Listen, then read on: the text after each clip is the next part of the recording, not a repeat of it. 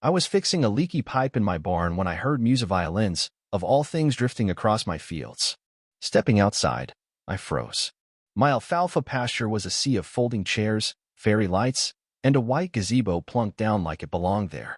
Strangers in tuxedos and gowns milled about, sipping wine and trampling my irrigation lines. A wedding. On my ranch. Without my permission. My name's Tom Harlan, 52, a widower who's worked this 8-acre spread in Oklahoma's Willow Creek development for 25 years. This land was my dad's and his dad's before him. It's not just dirt, it's my life. So when I saw that gazebo, my blood boiled. I marched over and spotted Linda Grayson, the HOA president, sipping champagne and pointing at my stables like she owned them. "Linda," I snapped, "this is my land." "Who authorized this?" She barely blinked. "The HOA has access to shared green spaces, Tom. It's for the mayor's son's wedding. You should be flattered." Flattered? This wasn't a park. This was my home. I gave her one chance. "Clear out, or I call a demolition crew." She laughed. "You're bluffing." I wasn't. An hour later, a yellow bulldozer roared up my drive, and the crowd screamed like a tornado had hit. Let's back up. Willow Creek is a gated community of doctors, lawyers, and city bigwigs who moved in during the 90s housing boom. My ranch predates their McMansions, grandfathered in, free from HOA rules.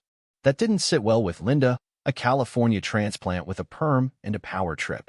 She once fined me $200 for my non-compliant blue fence. I ignored her. My land, my rules. 3 weeks earlier, Linda and 2 board members, Carol, who sounded like a telemarketer, and Greg, a golf shirt guy who never golfed, showed up with a flyer. "Willow Creek proudly hosts Mayor Carson's son's wedding on your pasture," it read. I laughed. "Not happening." Linda's smile tightened. "It's for the community, Tom.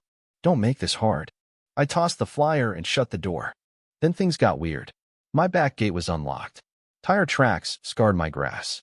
A vendor dropped off chairs. A woman measured my barn. I called the sheriff, but he said it was a civil matter. Then came the wedding day. Cars lined my dirt road. My cattle gate was gone.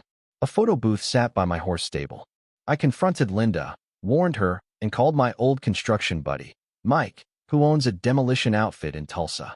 "Bring the bulldozer," I said. "Wedding crashing?" He chuckled. "You got it." When that machine rolled in, guests screamed. A champagne glass shattered. Linda ran at me, heels sinking in dirt. "You're ruining everything," she shrieked. "You're trespassing," I shot back. "This is illegal." Then Sheriff Daniels arrived, hand on his belt. "Tom, what's going on?" Before I could answer, Linda pounced. "He's destroying a wedding."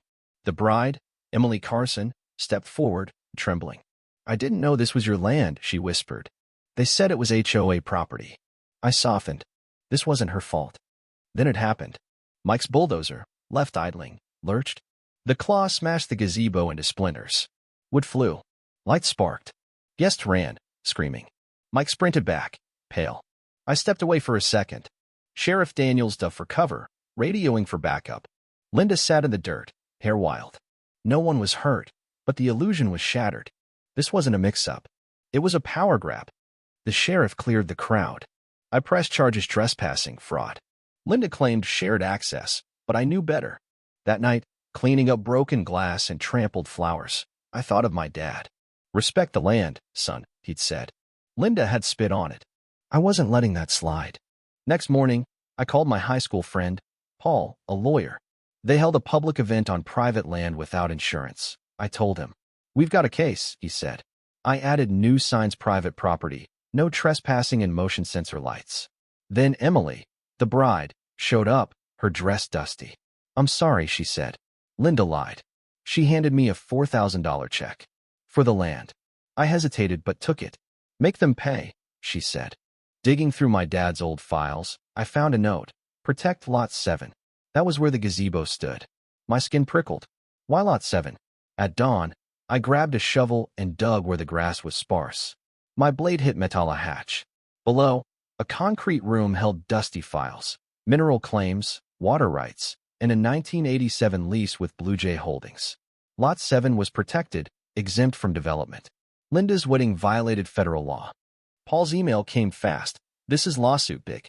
At the county records office, I learned Blue Jay Holdings was founded by Mayor Carson. This wasn't random. The wedding was a step to claim, established use, and annex my land. I confronted Greg, the HOA board member. Linda pressured us, he admitted. She said you'd cave. He agreed to speak at the HOA's emergency meeting, where they planned to slap me with fines and liens.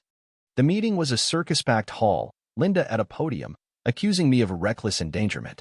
I stood, holding the lease. Lot 7 is federally protected, I said. Linda lied to you all. Mayor Carson's behind it, through Blue Jay Holdings. The room exploded.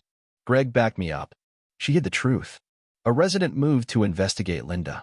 The vote passed. Linda's gavel fell silent. Then the threat started. A typed note slid under my door. Back off or else. A truck dumped gravel across my gate. Inspectors swarmed, citing fake violations. I was drowning in red tape. Then Emily called. I found papers in my dad's office, she whispered. They're planning eminent domain on Lot 7 for Pinnacle Enterprises. She had documents in a library bookmails, a fake, recharge zone planned to lease my land for mining. Kickbacks. Bribes. I caught Linda, Carson, and a stranger surveying Lot 7 at night. Filming through my rifle scope, I got their faces. I sent everything to Paul and a reporter, Lisa Hayes. The news broke. HOA land scandal. Linda vanished. Carson clammed up. Residents revolted. But I wasn't done. In Lot 7, I found a new hatch with a case, Pinnacle's plan, a map of mineral-rich zones, and orders to remove me via artificial disaster.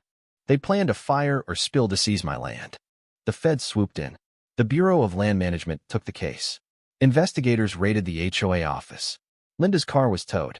Carson resigned, citing health. Then I found a 1994 letter to my dad from a geologist. Lot 7 held scandium, a rare metal worth millions. That's what they wanted. I locked in the mineral rights, filed for federal protection, and went public. Lisa's Channel 5 special, The Ranch War, made waves. I was no hero, just a guy who wouldn't budge. 2 months later, the feds found Linda in Nevada, charged with fraud. Carson faced trial. The third man, a fixer named Victor Klein, vanished, but offshore payments tied to him surfaced. My land healed. Neighbors helped replant sunflowers, fix fences. Emily brought cookies and a note. You saved us all. At a cookout on my ranch, laughter filled the air. No gazebos, just community. The scars remain, but I'm still here. They tried to burn me out, but truth was my bulldozer. Linda's in cuffs, Carson's done, and Lot 7's mine. I won't let anyone spit on my land again. What do you think? Was I right to call that bulldozer, or did I go too far? How would you handle injustice like this? Share your thoughts below. Let's talk about standing up, fighting back, and where the line is.